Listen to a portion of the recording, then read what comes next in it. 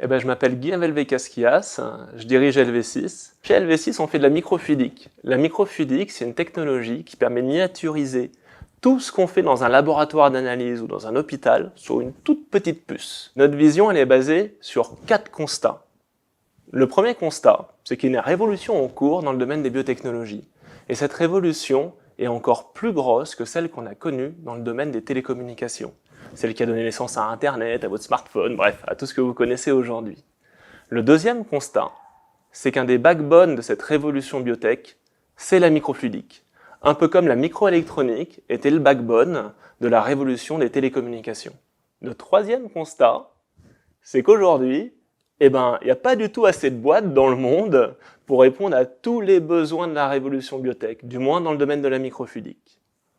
Et le dernier constat, c'est qu'on est probablement l'entreprise au monde la mieux placée pour répondre à tous ces besoins.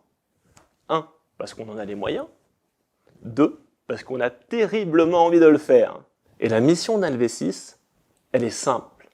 C'est développer des instruments scientifiques microfluidiques à l'état de l'art pour accélérer les recherches de tous les acteurs du domaine, les chercheurs, les industries, les petites entreprises, et faire ça sur toute la planète et de toutes les manières possibles.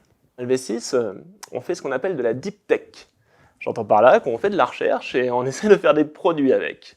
Alors parfois on se foire, parce que c'est tellement deep que ça voit jamais le jour. Mais ça, c'est pas un problème. On essaye, on recommence et à la fin, ça sort.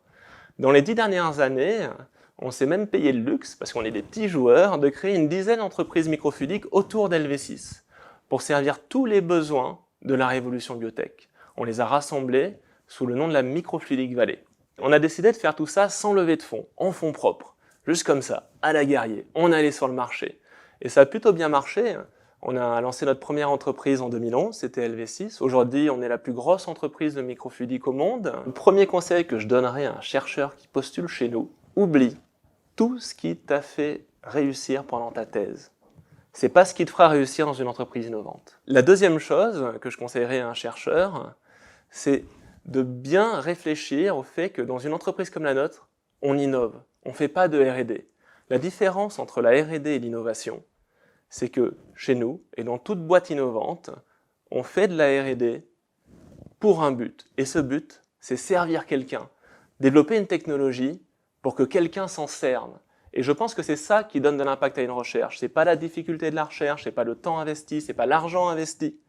La seule chose qui donne de l'impact à notre travail, c'est de savoir si quelqu'un va l'utiliser pour une grande cause ou non. Et donc pour conclure, si tu te reconnais, si tu es prêt à tout oublier, viens chez nous.